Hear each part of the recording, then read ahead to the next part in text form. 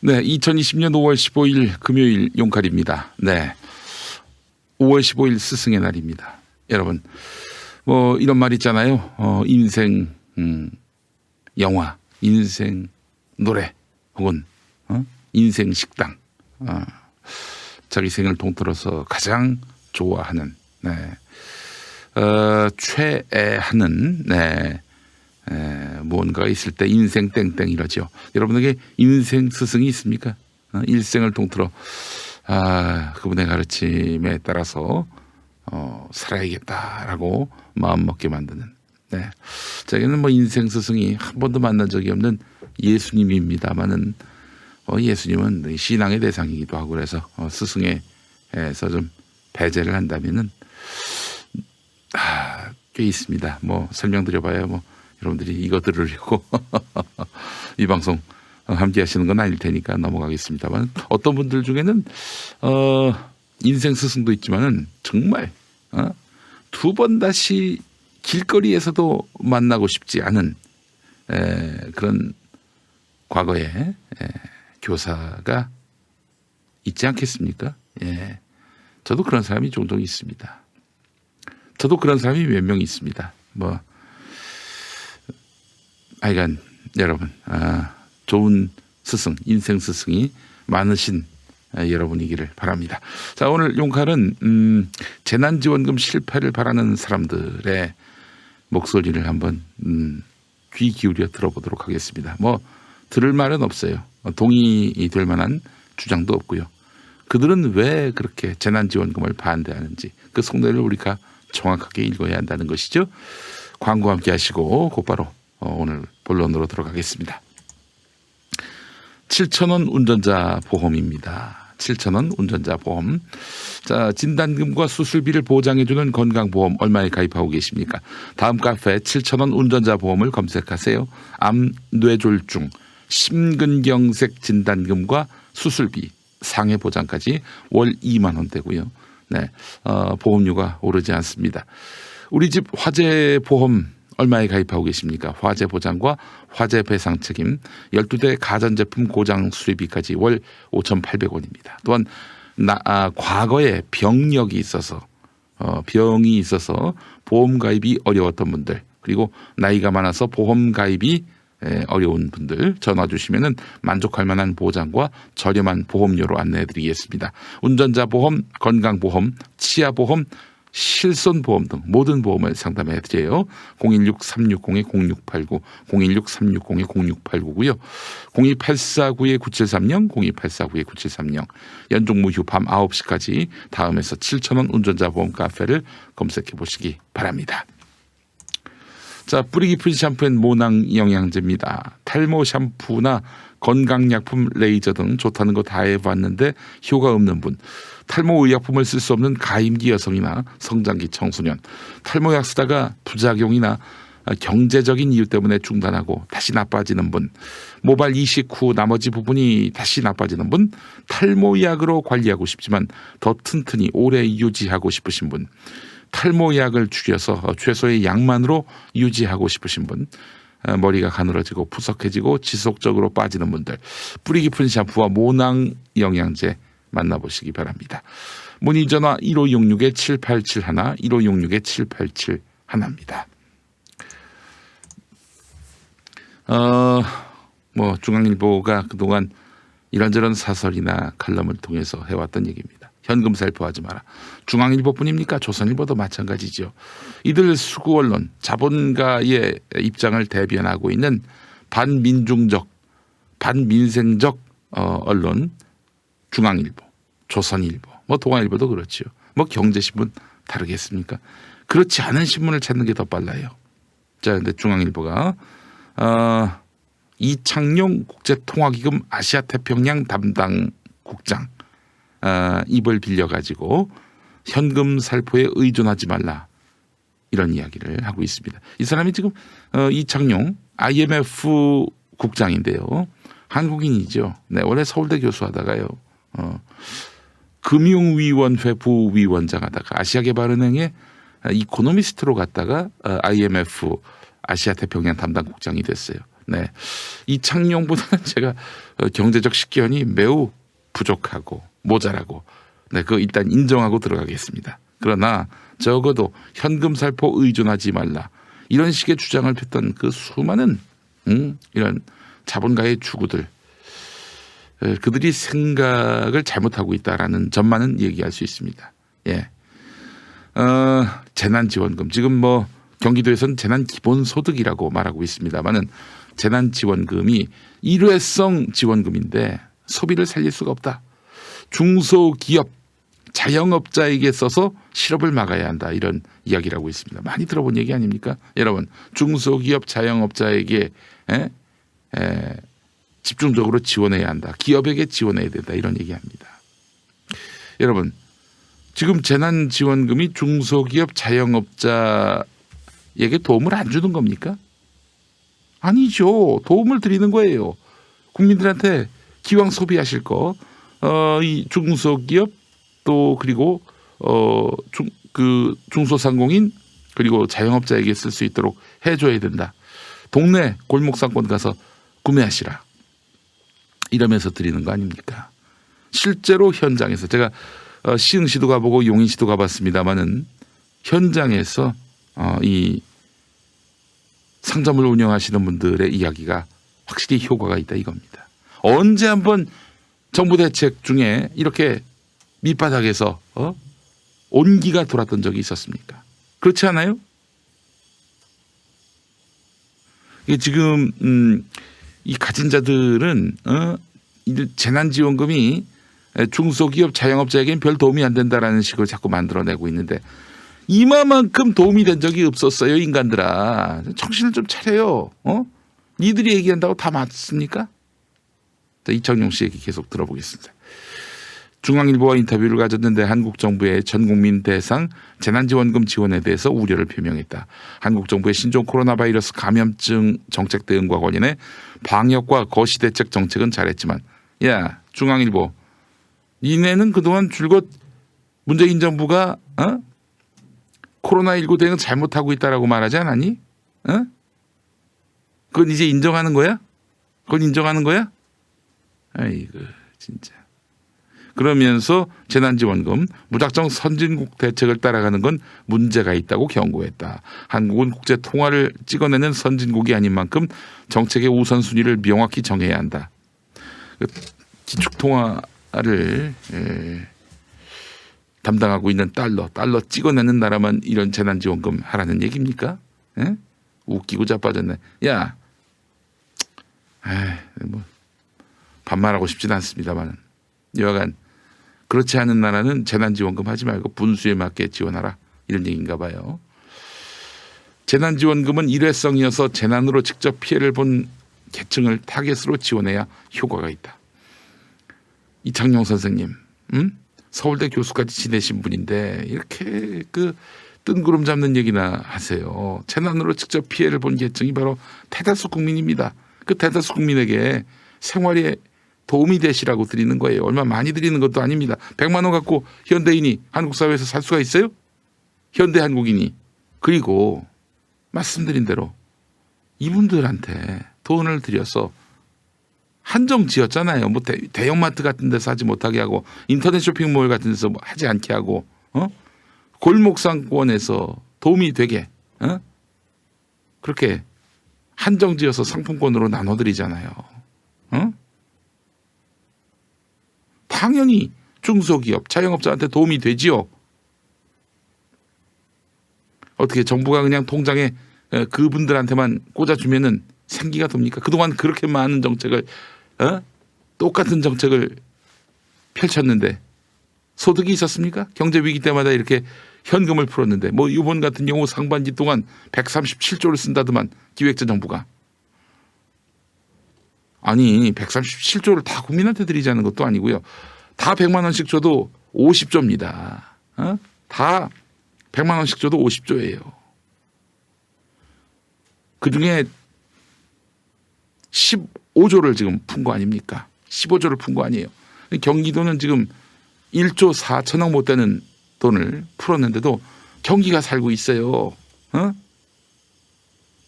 아니 언제 한번 이런 효과가 난 적이 있었냐 이거예요. 한번 얘기해 보세요. 어?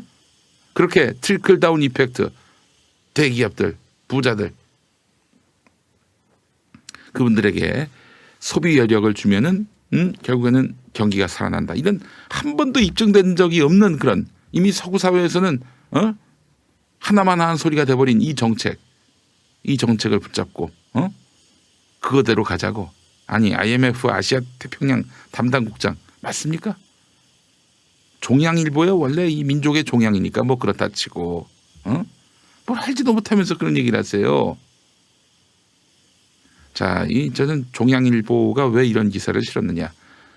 누차 말씀드립니다만 재난지원금, 재난기본소득 이 정책이 실패했다고 결론을 내려야 돼요. 그래 두 번 다시 이런 현금 살포를 못하게 한다는 거죠. 재난지원금, 재난기본소득 못하게 한다는 거죠. 이런 식으로 복지가 확대되면은 이 종양일보가 대변하고 있는 자본가들, 그들이 세금 많이 내야 되거든.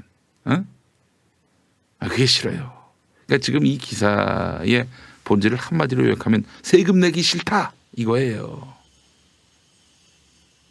공동체가 운영되려면요, 부자들의 과세 비중은 점점 커질 수밖에 없습니다. 그게 싫다는 거예요. 그러니까 야 가난한 사람만 줘. 그래서 좀 재정을 좀 아끼라고. 그래서 우리 부자들한테 세금 걷지 마 좀.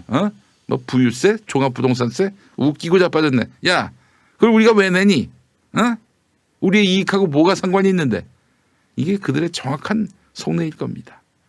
네, 이런 얘기는 IMF 아시아 태평양 담당국장은 할 수가 없는 얘기죠. 모르거나 혹은 알면서도 이들의 이익과 같이 하기 때문에 할 수 없거나 뭐 둘 중에 하나일 겁니다. 이 양반도 금융위원회 부위원장 했다고 그랬잖아요. 어느 정권 때 했는 줄 아십니까? 이명박 정권 때예요. 이명박 정권 때. 박근혜 정권 때 아시아개발은행 이코노미스트로 갔고요. 그리고 박근혜 정권 때죠. 박근혜 정권 때 아시아태평양 담당국장이 됐습니다. 그러니까 이명박 때 금융위원회 부위원장 하다가 박근혜 때 아시아개발은행 그리고 국제통화기금에 간 거예요.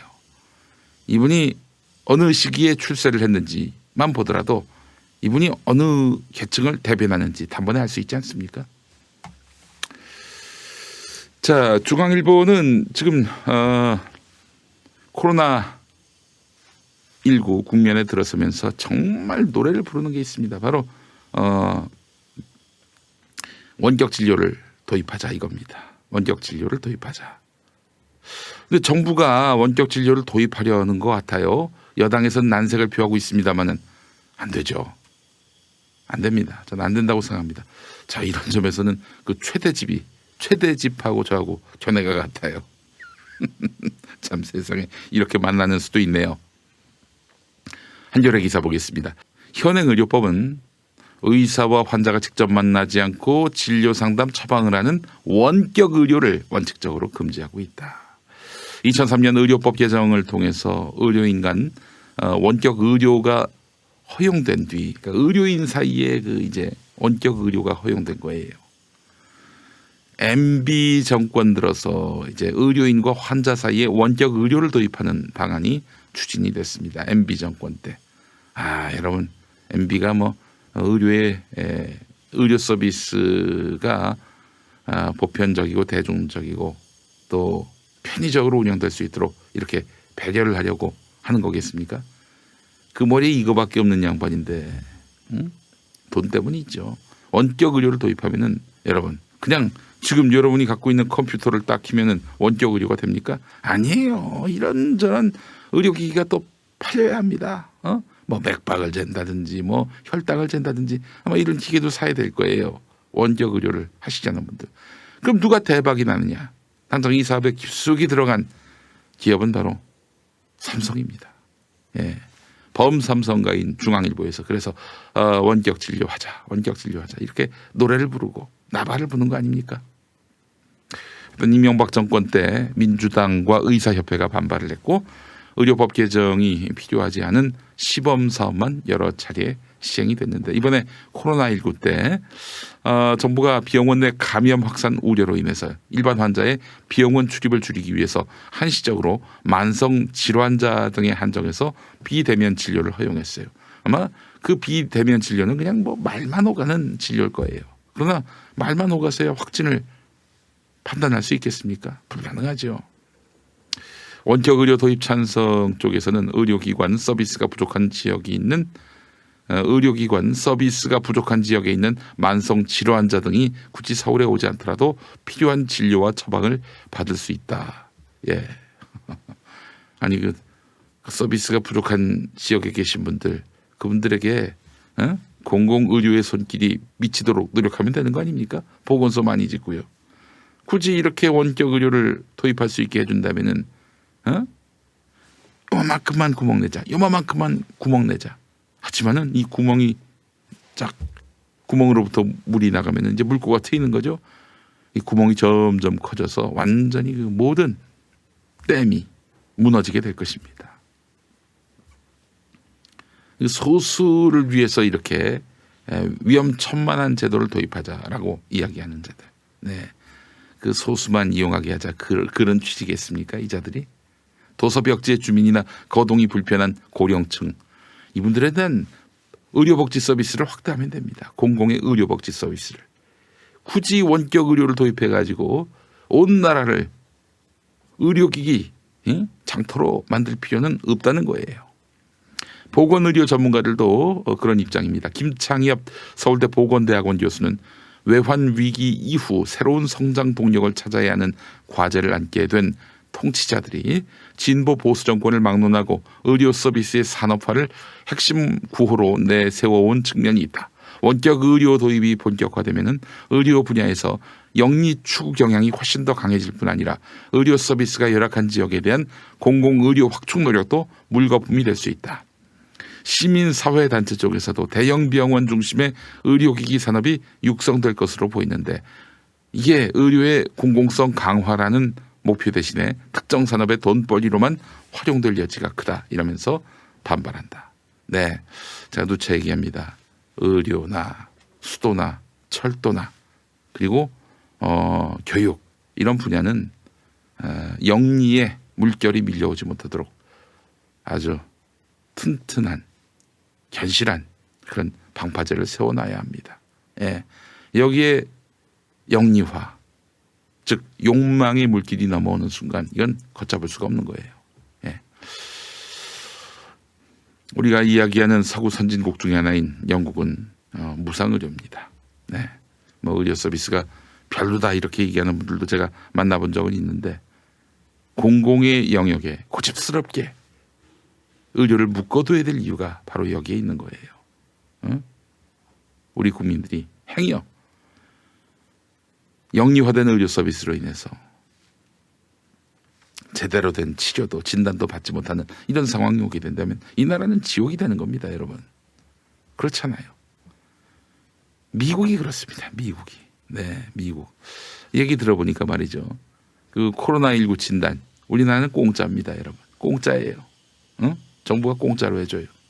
근데 미국은 300만 원 돈 들여야 된대. 진단만. 네 돈 내고 하는 거예요. 만약에 이 확진자다. 야, 집을 한 채 팔아야 될 돈이라고 합니다. 집을 한 채 팔아야 된대요. 왜냐? 아니 치료제도 나오지 않았고 또 코로나19 그 사람이 어디로 오는 걸 안 돼. 이런단 말이죠. 이게 집에만 있어야 되는 거예요. 뭐 이런저런 치료에 도움이 될 수 있는 이런 물품들은 자기가 또 구매를 해야 될 테고요. 그래서 그냥 영국 같은 데서는 아유 뭐 이참에 그냥 죽자. 뭐 살아 뭐하냐. 이런 어르신들도 많다고 합니다. 예, 의료 서비스의 공공적 기능을 강화해야 한다. 이게 바로 문재인 정부의 입장인데 이 원격 진료는 그런 정책에 반하는 것이 아닌가 염려가 됩니다. 하여간 여러분 미래통합당, 중앙일보, 조선일보 이런 친구들이 얘기하는 것은 우리 민생, 민족을 위한 게 아니라는 점은 분명히 알아두셔야 됩니다. 그들이 효율을 이야기하고 그들이 발전을 이야기하는데 실상은 그들만의 욕망 충족이에요. 우리 국민들 밑바닥 민중 민생과는 무관하다는 점을 우리가 분명히 알아야 합니다. 그래야 안 다쳐요. 그들의 말을 100% 의심해도 손해 안 봅니다. 예. 아직도 그 자들이 이런 언론 영역에서 시장 지배자 노릇을 하고 있으니 안타깝게 이를 데가 없습니다. 첫 번째 섹션이었습니다.